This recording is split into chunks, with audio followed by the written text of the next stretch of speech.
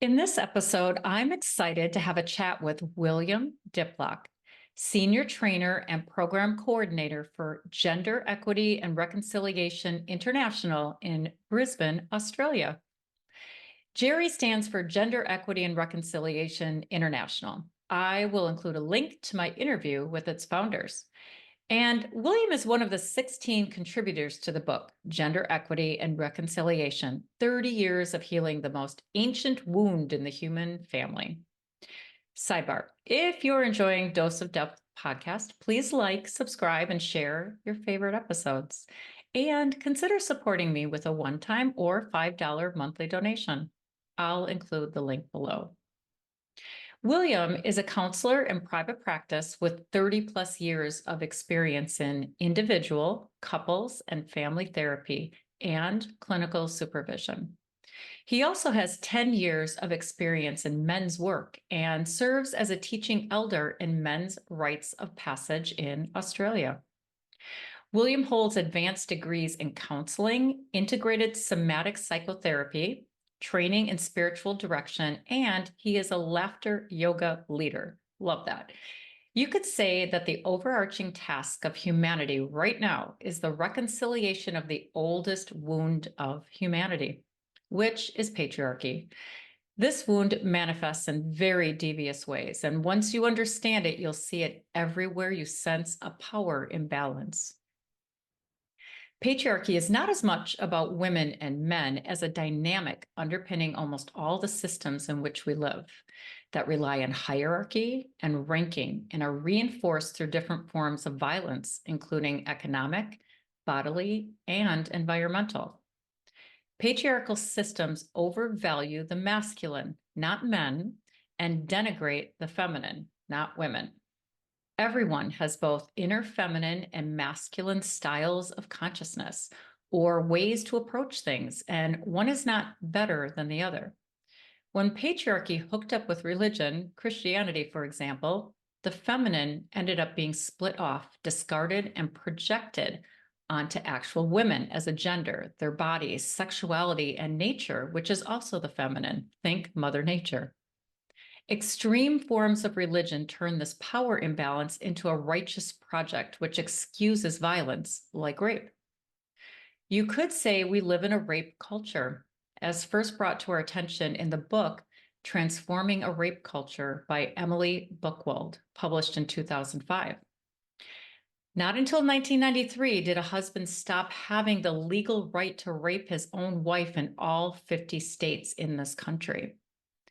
Women's patriarchal wound is more obvious and is healed by women claiming power and taking up space in the world. Men's patriarchal wound is different, but no less damaging to men and relationships that they're in. You could say it's even more sinister because men are trained to denigrate and emasculate other men. First, for supporting women who claim their rightful place in the world, and second, for coming into relationship with their own feminine style of consciousness. In fact, there's research that shows that good men who believe in equality overestimate the sexism of the men around them, even their own friends and family. Overestimate, meaning they're not as sexist as they think. So these men hold back compassion, empathy, and a sense of community out of fear for being emasculated by other men who are already close to them. Too many good men are afraid to express compassion and empathy because other men will punish them for it. And some women will punish men for showing vulnerability too, as observed by Brené Brown. Imagine the loneliness, the fear, resentment, anger deep down in men that eventually needs to be expressed and released. Some will project these unconscious wounds onto the other, like women, other men who are seen to be inferior, children, immigrants, people of color, and others will internalize them to the point of suicidal ideation and depression. Current research shows that vulnerability is required for deep connection, and it is deep connection that will save us and the planet. But now, as Carol Gilligan, American feminist, ethicist, and psychologist, suggests in her book, Why Does Patriarchy Persist? Patriarchy has become a defense mechanism for all of us, used to avoid the vulnerability that is required for deep connection, even with ourselves. Someone must step up and go first in this reconciliation project, and that's where William Diplock comes in and his work with a growing movement of brave men, women, and those who transcend gender. So let's get started. Welcome, William. How are you doing today? Yeah, I'm doing very well, thanks, Deborah. It's Well, good to be good. here. Yeah, I'm so excited about our conversation because it's one of my favorite topics. It's not even one topic, right? It's so many. Yes. So, yeah. So, why don't you start by just telling us what's going on in your life? Like, what's a typical week like, maybe? And you work in partnership with your wife, like that either really works or it doesn't work. And I love how much you offer on your website. You've got resources and courses. And one part of your website I really appreciate is where you share creative expressions, because Yes. out of healing and processing, like our unconscious actually seeks to create. So, yeah, so just give us a little intro to you and your life. Sure. Thank you for the invitation. I guess if I speak about me personally to begin with, and then I'll talk about how it is to work with Esther. Um, at the moment, I work primarily as a relationship counsellor.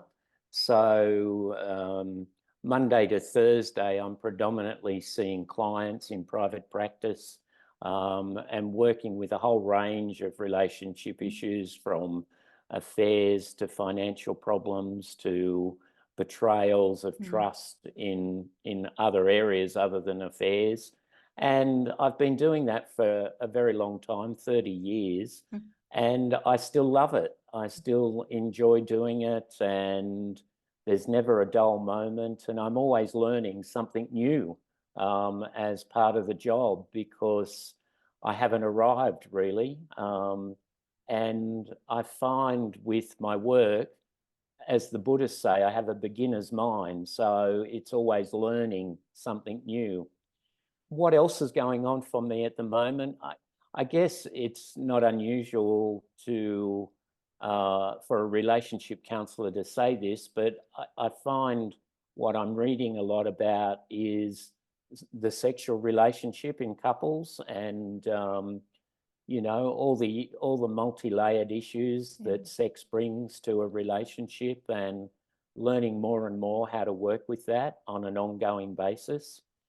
The other thing that I want to mention is that I've just started a Qigong practice, which is kind of like Tai Chi, but it's a breathing movement kind of exercise process, and I'm just enjoying it greatly. It's fantastic. So there are a couple of things that are happening for me at the moment. In terms of Esther and me and the GERI work, because we don't actually work, we always work individually as therapists. So the GERI work was Esther and I coming together to work together. And I'd have to say, Deborah, it's been a challenge. Yeah. It brought out all our own gender issues, and we didn't realize we had so many. And we do things very differently. I tend to be somewhat more laid back and go with the flow kind of person. It's not that I'm not structured, and it's not that I don't attend to detail. I do. Esther is the quintessential detailer, and dots her I's, crosses her T's, and covers her, as we say in Australia, R's.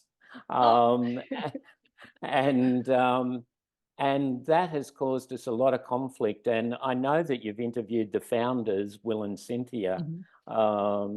And we've often had to go to Will and Cynthia to process our issues Oh, I love that it. have come, that have come up in working together.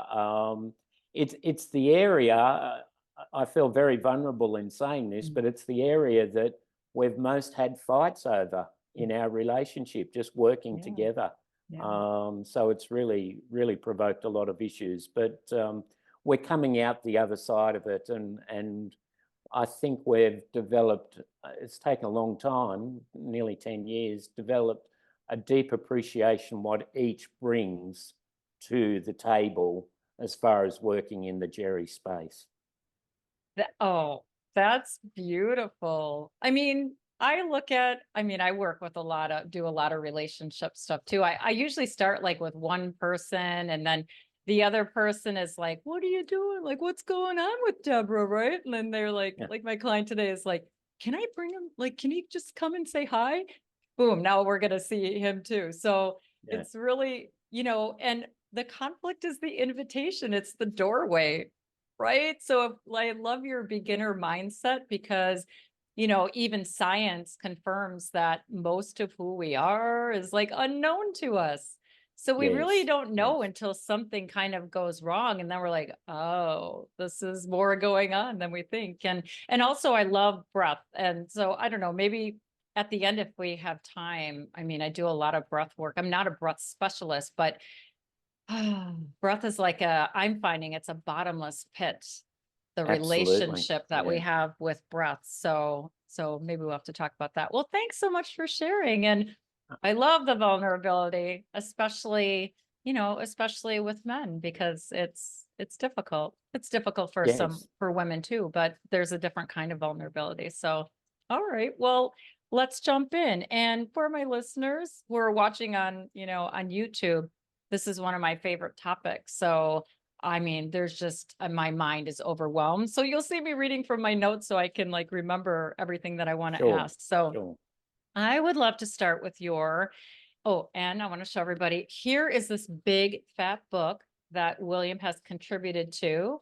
And yes, there it is. I've And got a copy too. yeah, and I'll share the link for the interview of the founders of the organization. And then I told him, I said, I've got like 2 years worth of guests in here. Like You I just have. keep, yeah, I Yes. just can't wait to Yes. have more conversations. So anyway, I would love to start with your thoughts about just how entrenched our gender wound is. And there are many more people who are more conscious of that the patriarchal wound isn't just this man woman thing, that it's this dynamic that like is infused into all these different ways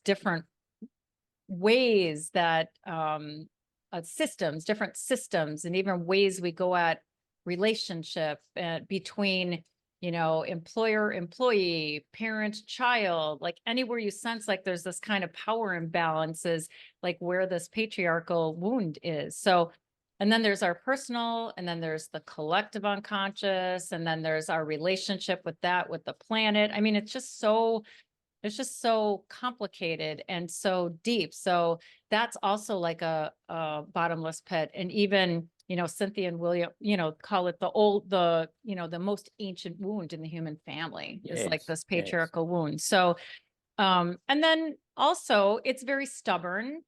And also the feminine never gives up, right? The feminine is a fighter, man. The Yes. feminine is always showing up. And, some of the ways that it shows up is in innovative ways that we're planning new communities now, or all these different movements, like the movement of authentic relating, or my other guest, Cher Griffin, that I interviewed. She is creating the Compassion Collective, or social emotional learning in schools, which now, there's a backlash against that because it is the feminine, right? And so right now is Mm. like this final stand for like, no. So this and the feminine also can show up in angry revenge, like in the 80s, when Mm. Thelma and Louise. Mm. So anyway, Mm. so wherever you want to go with like your thoughts and reflections about just, this wound. Yeah, sure. Um, I think it is very entrenched. Sadly, I wish it wasn't. It's easy to see in certain cultures like India and South Africa, but in our Western cultures, particularly, well, let's talk about Australia, where I live. On one level, people would think that we live well and we've got good relationships with each other. However, I think the gender wound is incredibly entrenched. Recently here in Australia, there's been marches regarding domestic violence, for instance, and women in particular, and male allies joining the women to stop the violence against women. I think there's been a lot of deaths in the first 6 months of this year of women. Oh my goodness. Purely out of domestic violence situations. And that's the obvious area that the gender wound is, the power imbalance, the power over as opposed to power with.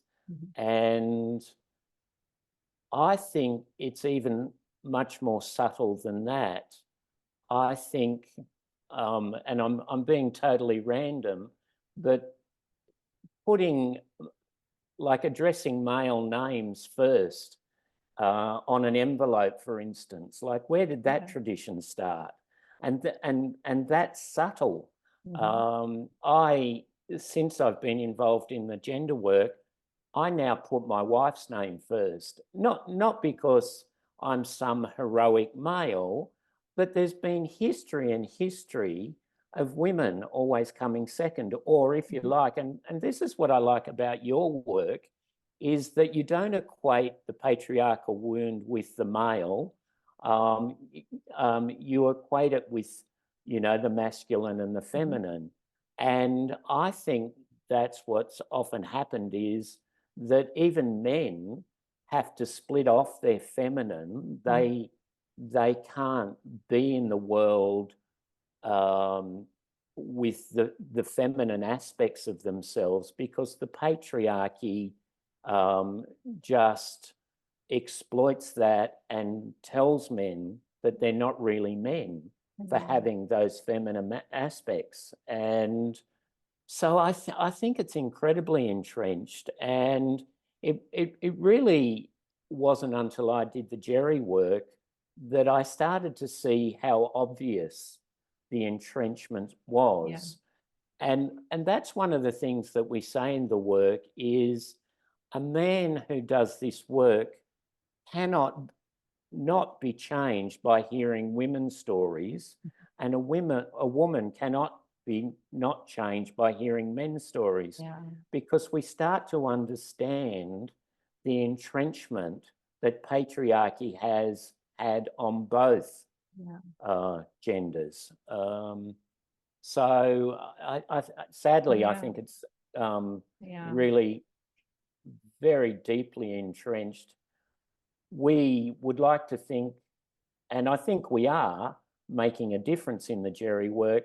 And maybe this is not what the founders want me to say, but I think we've still got a long way to go. Yeah, definitely. Well, I like your random example, because when I was getting married, which was 1992, so this was like the unleashing of women were like, I'm going to do this, I'm going to do whatever I want to do. And of course, there was a lot of backlash to that too. But my husband and I, we did not get married in a church, but we got married in a very beautiful setting and building that used to be, what do you call it? Christian Science church or building. Oh, yes. And we did have a pastor, and she was a woman Protestant pastor.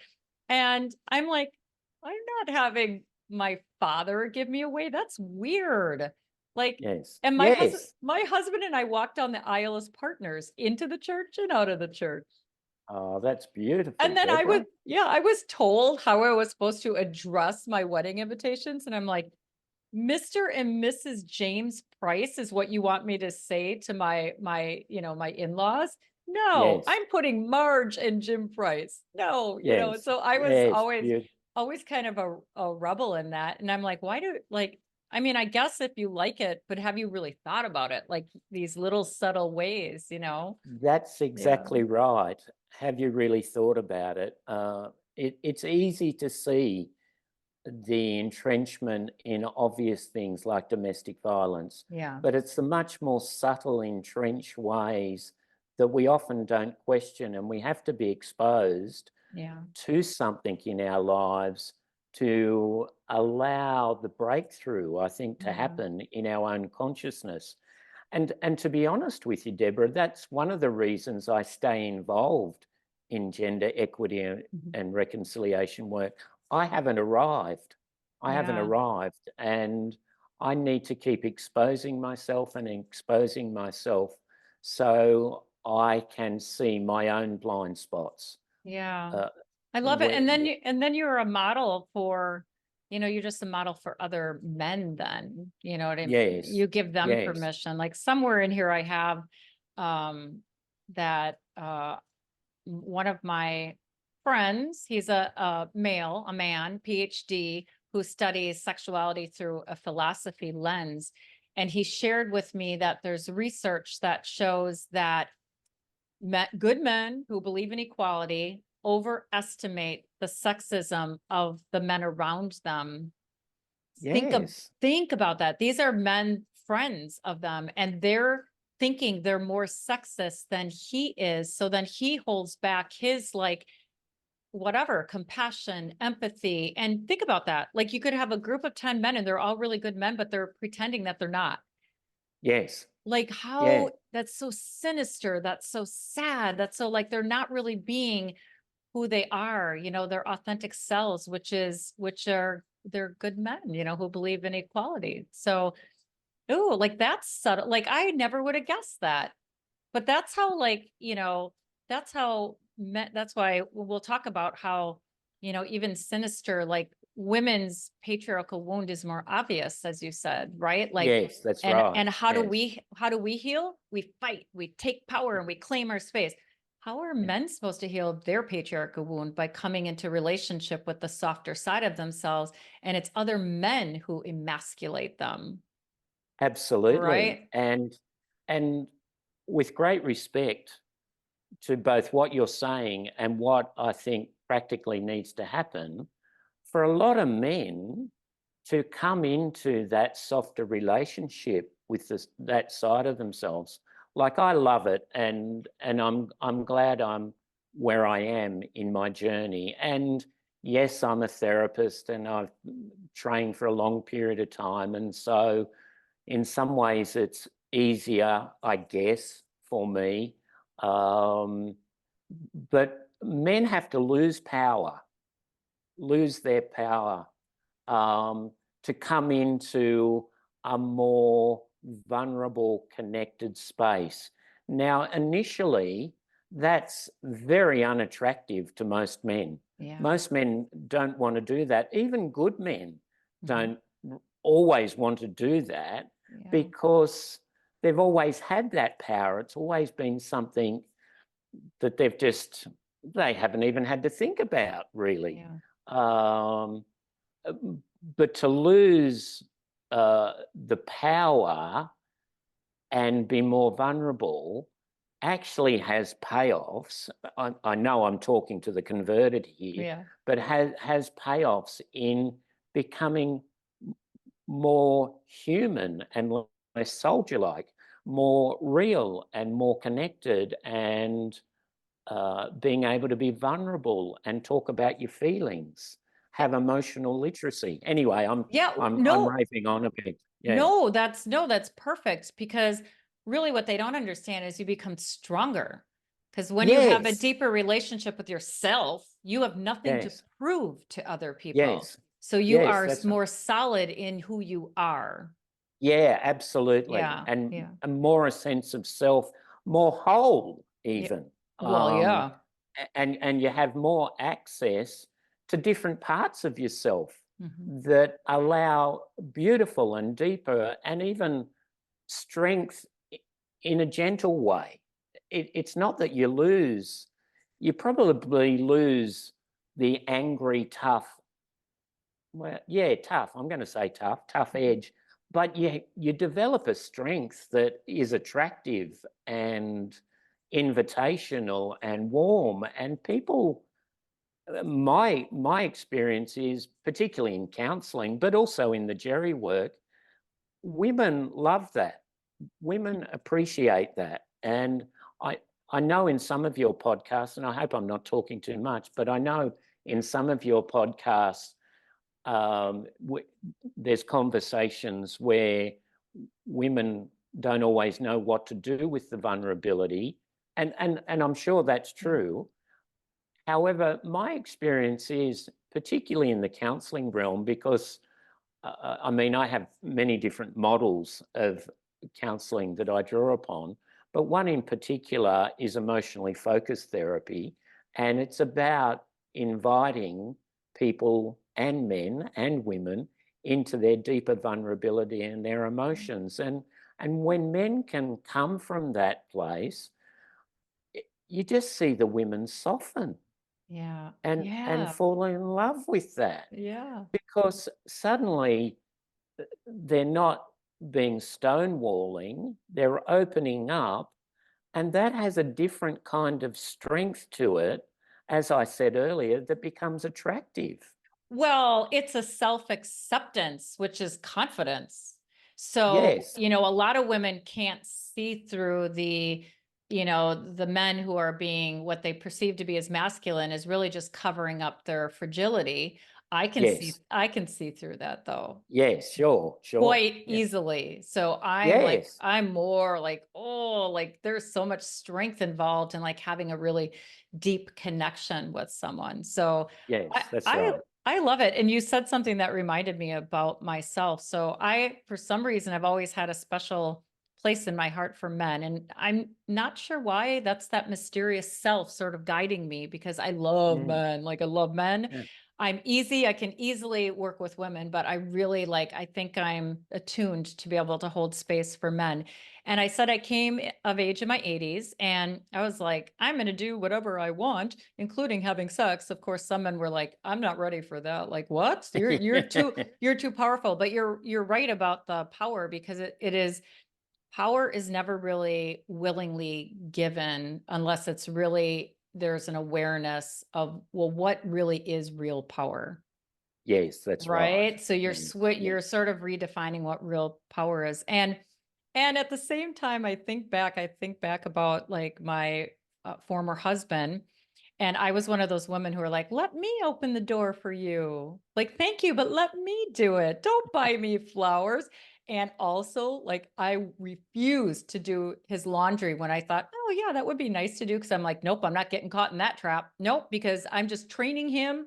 I'm training him how to take advantage of me. So I look back and I'm like, like, I don't know what. And he was okay with it. Like, he was sure, enamored with my independence, which actually over time then that became like annoying to him at the same time. But anyway, sure. I could still sense this like push and pull that as I was doing more, that there is a cause and effect and an action and a reaction. And I was Mm, curious about, and I did really back then have sort of compassion for men, like, oh, they were kind of put on a pedestal and now women are like knocking them off and making room for themselves. That actually must be hard to figure out, like, well, what do women want these days, right?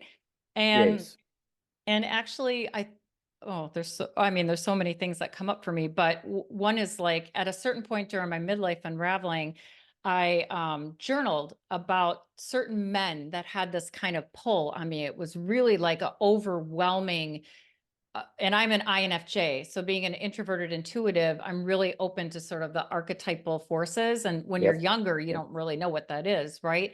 And No, so I have been aware that like for me, sexuality is a way that I exist, but I didn't really understand my relationship with my own sexuality. So during my midlife sure. unraveling, unbeknownst to me, I found a God and sex wound, and so this gets back to the masculine and feminine though, right? So Yeah, yeah, absolutely. right? So the reconciliation between heaven and earth and mind and heart and all of that stuff. So one thing that was just really amazing for me is when I had submitted my dissertation, so I was done with that. And then somebody told me to apply to do a workshop at a college in Milwaukee where I was at the time. And I wanted to, well, after crazy, it was all my unconscious. After I was in like having menopausal hot flashes and night sweats at night. And I had some anger and all this stuff. And I applied for this workshop. And then I'm like, I don't even know, what am I going to do for this workshop? And then I had this dream and a phallic symbol showed up, which is like this Right. creative thing. And my womb Yeah. was on fire. And boom, out was this thing about how about healing the patriarchal wounds that men and women carry that prevent deep connection. So all that to say that during this workshop, and it was mainly a women's college, so many of the participants, although there were women college age up to like 75-year-old women who were professors there. And what was interesting is that what we talked about was that we don't have to choose which wound is worse. We don't have to, and this is what patriarchy does, is you start saying, Absolutely. so that's part of patriarchy, right? And Yes. so what was so beautiful was to see these women go, oh, I can honor my patriarchal wound and create space to seek to understand the version of the patriarchal wound that men are suffering from. You mean that doesn't take away from my wound? Mm, Which is like the yeah. work that you're doing, right? But think about it. Sure. People don't think that they can hold both of those things, That's right. right? Because patriarchy is also about either or. Yes. Yes, it is. So like, oh, so Yeah. yeah. Anyway, so I'd love to hear more about your work with men. I would just Sure. like, I want to be educated. And stories are always great. And I don't know if Sure. there's themes that sort of capture the what happens to men. And I don't know if you want to share like, the how it happens, the setting that you do with it. Yeah, just tell me about your work with men, either outside of GERI or with GERI. Wherever you want to go Sure. with that. Sure. Well, I think the first place I want to go is with myself. Um, and then I'll talk about other men. Um, I think I've been confused, certainly in the early part of my life, about my own masculinity. Um, I My father died when I was 2 years of age. Mum remarried to my stepfather when I was 4. There's a whole story I could tell about that. But essentially, my stepfather was a workaholic, um, was a motor mechanic, and was the kind of man that took no prisoners and would rather do things himself than kind of get me involved. So I tried to, I can remember when I was about 8, I tried to show some interest in mechanics. And I've never really been terribly good with my hands, and and sometimes I feel inadequate to be able to do handiwork and things like that. But I can remember I tried to help him with the cars that he was fixing, and I couldn't get it right. So Mm. I won't say it on your podcast, but he just told me to Oh. go away. And when I was 18, I wore sunglasses and had a chain around my neck. And I will say this word, I hope it's okay to say this. And he just called me a poofter. Mm. And a poofter is homosexual in Oh, Australian speak. okay. Oh, Yeah. I mean, at that stage, I was straight, a young man who liked yeah. women. But because I had sunglasses and a Oh, necklace on, I was homosexual. Um, and so I guess to say that I've been grappling with what it is to be a man most of my life. yeah. Um, because mostly I think, particularly these days, I do have a fairly strong feminine as part of Mhm. the way I present into the world. And I do have masculine aspects as well. Mhm. I mean, I've got a beard for a start. Um, so it took me until I was 50 I think, to realize that how do I, like, the definition, to try and define masculinity is an impossible task at one level, because every man presents in their own unique and particular way. It's a lot easier to define patriarchal masculinity or toxic masculinity than it is good male masculinity, I think. So I had to reconcile within myself my own masculinity and come to a place of being okay how I turn up in the world. Yeah. So I just want to say that I mean, I could say a lot more about that, but that's just a brief introduction. Yeah. And I mean, I can remember a man that came to one of the GERI workshops, and he'd came from a church background. He was currently dating a young woman, and they were destined to be married. And all the church and the church community were encouraging that. I don't exactly know right in this moment what drew him to the workshop, but over the 3 days, he was given a whole lot of permission, he was given a whole lot of love, and he was given a whole lot of acceptance. And he went into the process of understanding his self more and more over the 3 days. It's a fairly intense experience, the 3 days. It's fairly full on. And I mean, some days start at 9 o'clock and go to 9 o'clock at night. So there's a lot of intensity in it. At the end of the workshop, he started to own, which was very risky and very difficult for him, but he started to own that he was actually a gay man. And coming home to himself, you know, the gay culture often talks about coming out. For him, it was a coming home to his true self and discovering who he really was. His relationship with the young woman broke up. Sadly, and this happens a lot, the church completely ostracized him and vilified him. And the wounds, I mean, he's still working on it. We're still in relationship with him.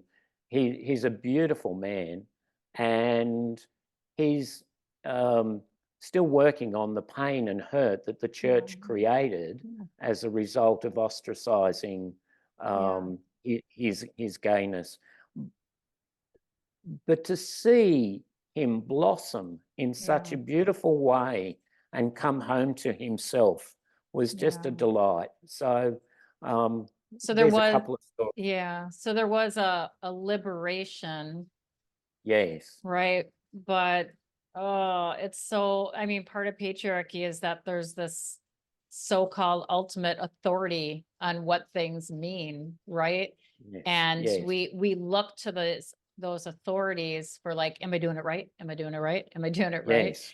Yes. And yes. you know, one of the things that religion, Christianity has been weakened is that, I think, in fact, Carl Jung talks about how, like, because it was around the end of the 19th century, beginning of 20th century, when sort of that depth psychology thing was going, and he saw the role as a therapist replacing the role of the pastor, because the minister used to minister and help people develop their own sense of morality, right? And without your own, but what that means is that the church is like shifting their power to your inner power, right? Which they don't really like, right? No. Right?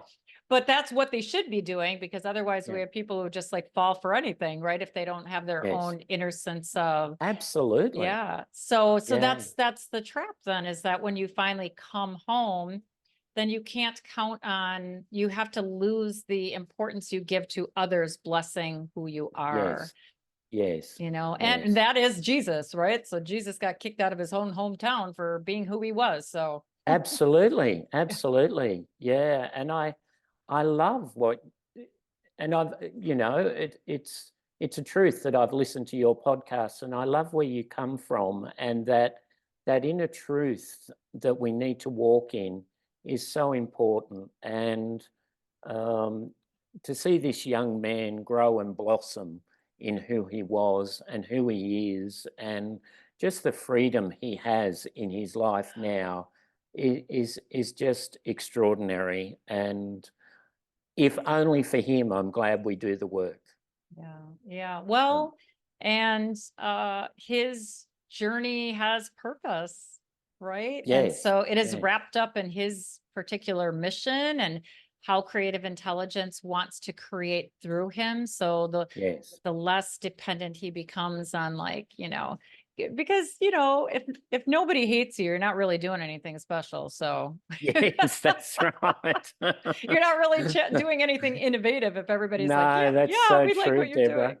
Yeah, It doesn't make it easy all the time, but no, it doesn't. But I like what you're saying. I love your intent. Yeah, it's beautiful. and you got to be able to have a little, I don't know, during my unraveling, oh my gosh, I had a pretty strong persona and then it all fell apart. I had to find Hermes as my Yeah, companion, yeah, as a trickster. yes, So, yeah, and then I also had to like figure out which movie I was living. So I remember there was one day when I'm just like, and then I thought, okay, I know I'll be stronger at the end of this, whatever it is. I told myself that, and I believed it, that I would survive whatever it was. But then I was like, oh, that's what movie I'm living. Oh my God, I never thought that would be me. But that's why in depth psychology, it's so important to, like, archetypal psychology is so useful because you can find those mythical stories that are universal stories, but we have a unique version of them, and it helps you feel less alone, right? When you can yes, find your story someplace. So I yes, love it. yes, Thanks for sharing that. yeah. So then at what point did you find GERI? Like, how did that come into your life? Because you were a Oh, great. natural. Obviously, you were a natural with the work you are already doing. Yeah, thank you. That's really lovely of you to say. And I think essentially that is true. There is a lot of me that is a natural for this work.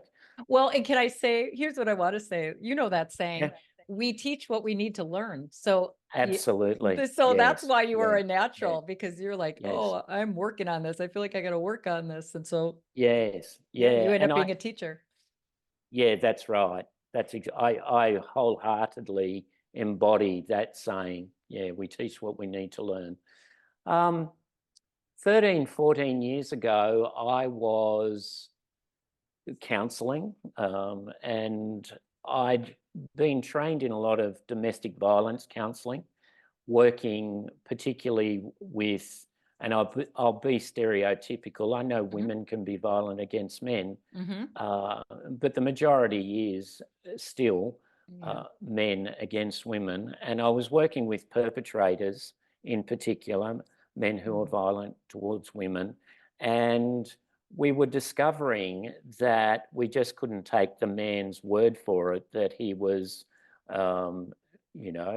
actually changing and changing his behavior and moving forward. And so what we had to implement were people who would speak to the women, their partners, the male partners, and get, if you like, the truth Mhm. from the male partners to see if what the men were telling us in counselling was exactly happening. And we had permission to do that.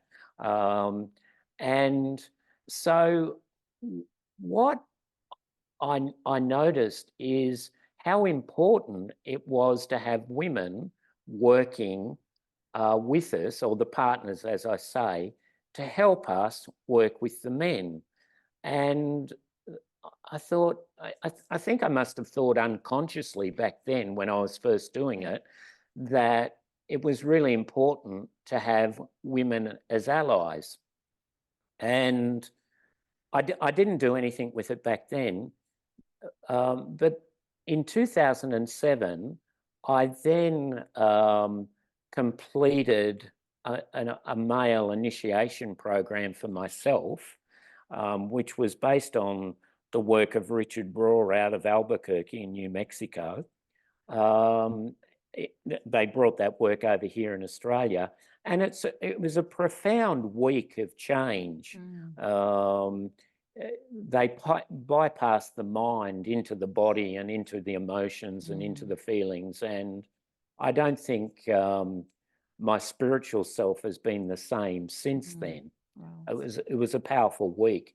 And then I was invited to become a teaching elder into that program. And when I say a teaching elder, it sounds fairly highfalutin, but it wasn't really. It was just about often what I would teach about is grief and loss and how men need to process their pain rather than transmit their pain. Yeah. Because as you probably know, for most men, most emotions come out either as anger or as lust. And to get underneath the anger and the lust, which is often secondary emotion, and get to the primary emotion is hard work. But in the teaching elder role and in the men's initiation role, we were finding that men were in fact changing as part of this program. But then we were sending them home and their marriages started falling apart, and not en masse, but enough for us to pay attention. And once again, I had it like in my face that we need women and men to work together. And at this stage, I hadn't come across a program that offered that. But as fate would have it, I was listening to a podcast. So don't ever underestimate the power of a podcast, particularly yours, Deborah, because I think they're great. Thanks. You can edit that bit if you want. And it was Will and Cynthia speaking.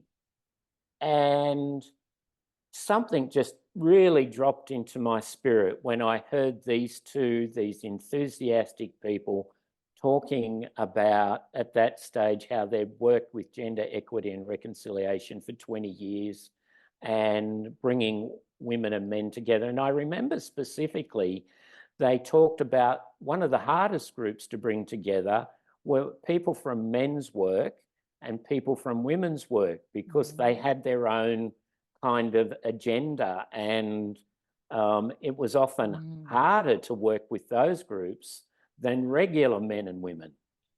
Anyway, I decided to contact Will and Cynthia, and my initial process was to think, I'm going to bring these people to Australia, going to get them to do the training here.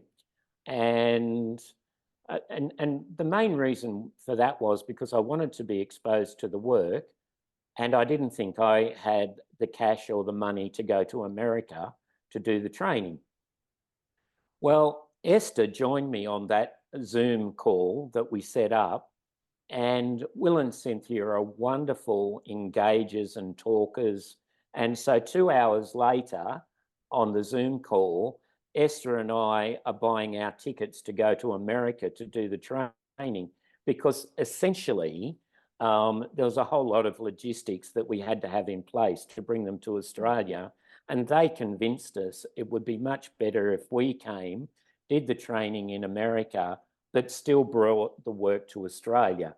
So that's really how it happened. And why did I want to bring the work to Australia? Well, because Australia needs this work as much as anyone. Why not? Right, exactly. Yeah, absolutely. So it was a combination of my own professional background, working with men separately, working with women separately, and wanting to find a way of working with them together. And GERI just made complete sense to me. Yeah.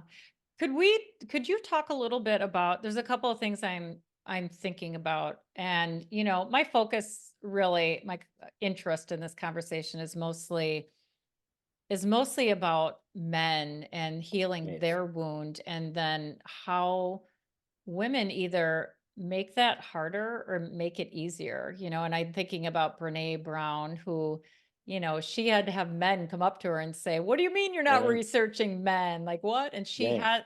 she has this thing, that she says that's always stuck with me, that, many women say they want men to show their vulnerability, and when they do, they can't stomach it. Like Yes. men can be, I mean, women these days, I mean, they're not nice because they're women. There's some of them are as misogynistic as men are and can be very mean. And I think part of that is because as women did come into the world, they weren't able to change it. They got Yes. co-opted by patriarchy for the most part, right? So now we have all these other exciting quiet movements going on, but Yes.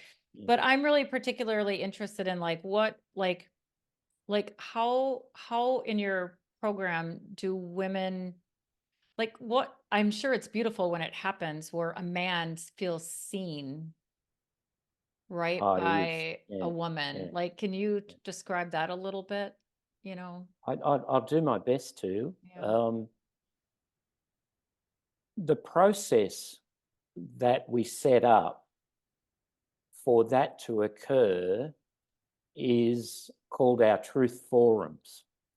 And it's a little bit like um, women having a women's group and talking together um, in a women's group as women would. And the men are in a silent witnessing circle on the outside, listening to this Oh, and listening deeply and intently, and they're not allowed to talk while this is going on. Um, and then the reverse takes place. Men come into the middle circle and run a men's group as if it was a real men's group, and the women sit on the outside in the silent witnessing circle. Now, I think more than anything in the program, although, you know, I, I'm a bit hesitant to say that because I personally think the program's wonderful. So comparing one aspect to the program to another is probably an erroneous task. But in this particular part of the program, this ups the ante in a way that most women and most men have never participated in before, because often these circles of women, circles of men, are run without anyone else witnessing it. yeah. And it's extraordinarily powerful. Um, like at the most recent workshop that we had in March, the women went first in this process. And I think the men were fairly blown away by what the women had to share. And this is fairly common, what I'm about to outline. And then the men went second, and the women were equally blown away by what the men had to share. And it creates an empathy, an understanding. I think it actually, I don't know if this is a word or not, but I think it creates a psychic shift Mm. in both the lives of women and men to be privileged so much to hear deep, raw vulnerability by both genders. Yeah. And it's almost impossible not to be changed by that alchemical experience. Yeah.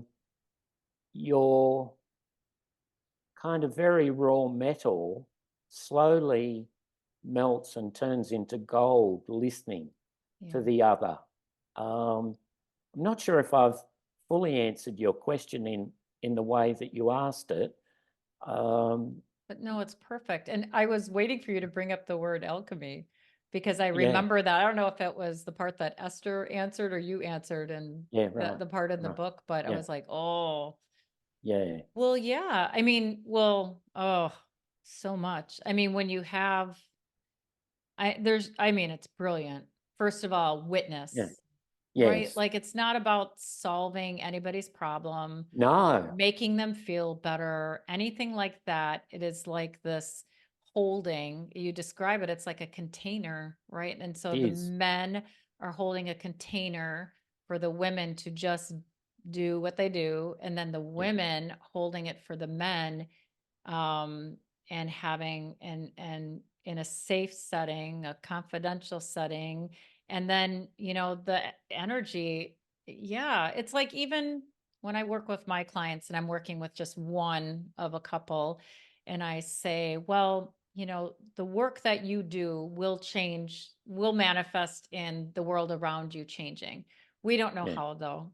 We don't Yeah. know, as you work on No. yourself, we don't No. know how No. your partner's going to respond.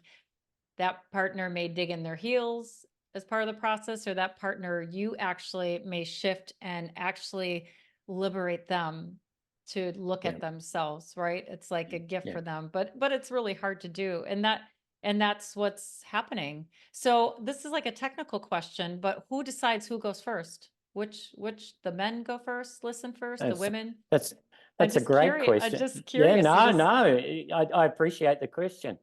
Um, the facilitators decide who who okay. go- who goes first, and that's often based on up to that point. Um, the facilitators, so I facilitate, so we're monitoring the depth of sharing that's occurring in the separate gender circles up to that point. And we kind of have an intuitive kind of sense, and we talk as a team, um, who's going to go first, who we think is most ready to Okay. go first. Um, Often it is the women that go first, um, but every now and again, and this could have happened in March actually, every now and again, the workshop attracts incredible men who are really prepared to deep dive Mm. and be vulnerable, because what that sets up for the second group, the first group, if they're able to be, and I know this is fairly straightforward for you, um, uh, like the first group, the depth of vulnerability will often encourage the second group to meet that depth. Yeah. And it's a beautiful thing. And the men we had in this recent workshop in March, they were very good men, men who hadn't experienced this before, but were willing to share deeply. And we had stories of men who had abused pornography, Yeah. that had shaped their sexuality, Yeah. that they'd objectified women, men who were, um, got vilified because they were infertile, and the men around them told them that they shot blanks and they weren't really a real man. And just that Mm. really painful stuff that occurs, and relationships with mothers, Yeah. and the challenge and the difficulty, but then other men who are sharing relationships with mothers that they love and have just Yeah. really adored and appreciated. And yeah, so sorry, I've gone off your question, but yeah, Oh no. it's the facilitators who decide generally. Yeah, no, you're just you're like describing it as if I'm here, I'm there, and I can actually imagine it. Yes, I think it's yes. I think it's And perfect. I think, the thing that happens is, like, with great respect to women, women do feel like they have been um, the very legitimate victims of patriarchy, and Yeah. they have, they Yeah. have, they have. There's no doubt about that. Right. I'd be the first to say that. But what women really start to appreciate is men have too, only Yeah. very differently. You know, like, um, I mean, there are questions, you know, during the workshop, like, um, um, as a man, have you ever held back tears when you felt like crying, um, but you've held it back because you're scared that you wouldn't be man enough? Now, nearly every man stands up for a question like that, you No. know? So it's just powerful stuff. It's Oh powerful my, stuff. oh, well, I'm just thinking about some of my recent male clients and me being the first one for them to share what they're Yeah, sharing, yeah. and just the indoctrination that is so, well, you know, and I'm always, I don't know why this is coming up for me, but I'm always connecting it with the body then, right? Like, you know, the root of disease is dis-ease, and there's Yes, always a psycho-spiritual component. And now, you know, the spiritual meaning of cancer is suppressing emotion, right? And yeah, wow. Wow. almost all of the, like, I was just looking up today for one of my clients, what's the spiritual meaning of lumbar pain? Repressing emotion. Like, it's almost Wow. all of the body issues have to do with like repressing, suppressing, trying to control things. And Yes. because, you know, also, I'm not sure if I said this in the intro or not, but I don't know if you read Carol Gilligan's book, Why Does Patriarchy Persist? It's really fantastic. I'm going to get it. She was the one who wrote a girl, wait, in a different voice way back in the Voice, night. yes, I'm Yes. familiar So with that it's a one. very short book, but it's really good. And she suggests that now, even though if you polled people and you said, you know, is equality a good thing? Probably most people would say, yeah, it's a good thing, right? Okay. So, but patriarchy now, she says, is a defense mechanism that everybody uses to avoid the vulnerability required for deep connection. So patriarchy does not like connection. Why? Well, if it was, you know, then like employees would demand more, then there would be less exploitation. So exploitation depends upon hierarchy and ranking and dividing people and all that sort of thing. So like, even for people who do believe are good people, good men, whatever, like Yep, there yeah, is, yeah. and women don't want to, they don't want to be weak either. I talk about how No, my masculine is overdeveloped because it had to be in order for me to sure. be a financial planner for my first career. And I had to Yeah, leave my feminine at the door, not yeah. aesthetically, but No, I could not no, have, you know, use my feminine style of no, consciousness at work, right? no. At a So soul level. yeah, so then, Yeah, you know, at one point there's a reckoning that you have to have and a reconciliation. And then part of that is, you know, overcompensating sometimes. And yes, yes, yeah, yeah. so no, I I love love what this. you're saying that Gilligan has said in that book. Yeah. Yeah, it makes so much sense to me. Yeah. So that's Yeah, how important, you know, your work is. And then, you know, my last podcast chat with Mark Beneteau about yes, authentic relating, that yes, movement, my other misfit friend who's got autism, they both have autism and Asperger's and all that stuff. They're like the right. people that we need to listen to, right? They're Absolutely. Yeah, brilliant because they're so yeah, different. And she's yeah, creating the Compassion Collective where they're building a community because people are misunderstood and hurt and whatever. So I love it all. That's, I guess, my theme recently. So yes, yeah. yeah. So is there anything else that you would that we didn't get to, or that you would like to say or share before, you know, Sure, yeah. sure. Yeah, Yeah. there is.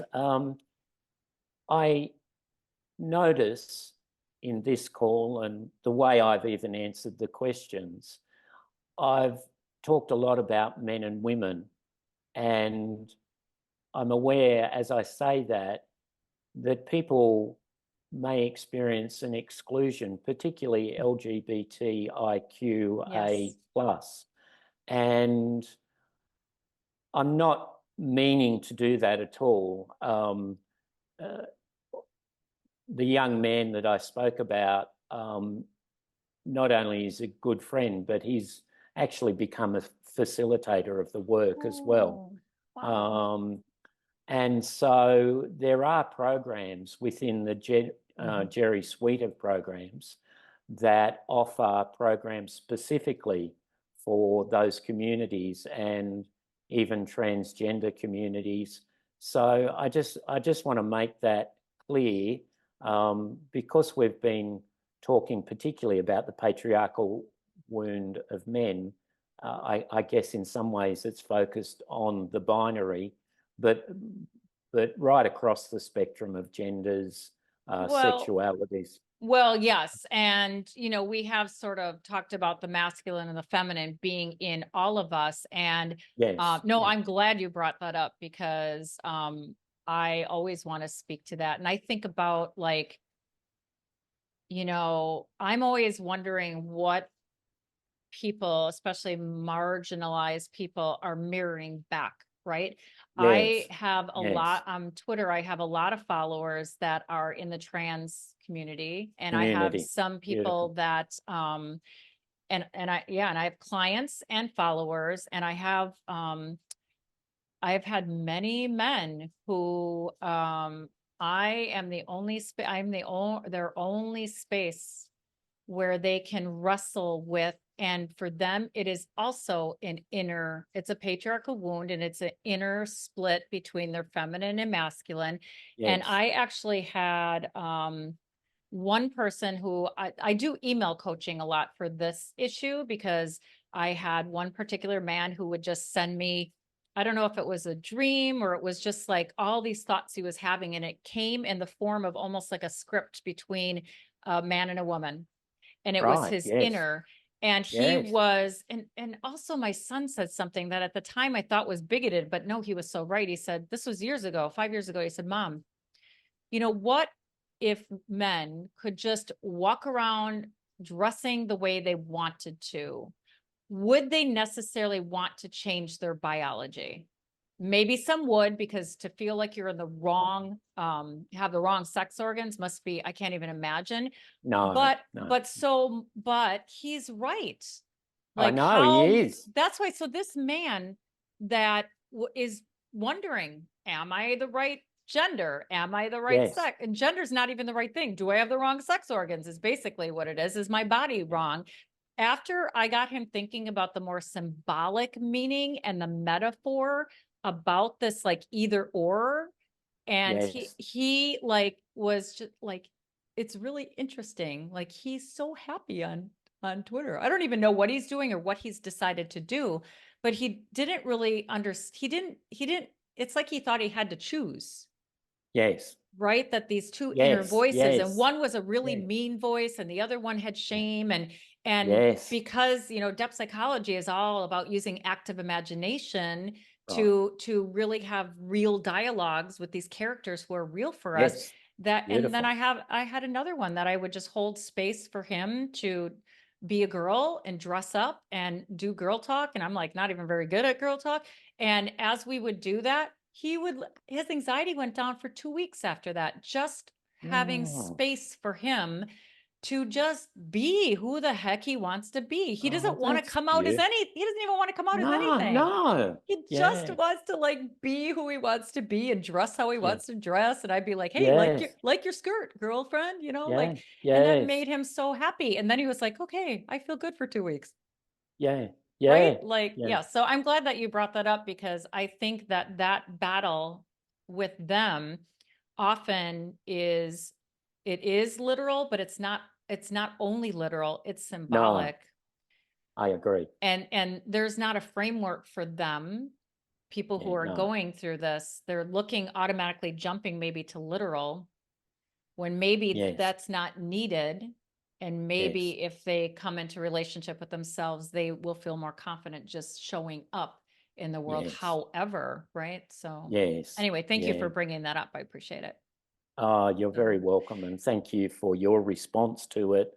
And thank you for your son's response to it. I like what he said. yeah. Yeah, Well, yeah, he has his own story. Maybe someday he'll give me permission to share that part of his story. But yeah, so is there I'm going to put lots of links in yeah. the description box, but do you want people to follow you, to be on your email list? Do you have a newsletter, or are there like virtual maybe courses they can sign up for? I don't know. What do you want from people? I think probably the main thing, Deborah, is if they want to check out anything, particularly to do with GERI, because I'm here today to really promote GERI. I'm not Yeah. here Yeah. as much to promote myself. Then the best place to go is the GERI website, gerireconciliationinternational.org. There is an Australian page on those suite of pages. So if they particularly want to look at Australia, they can.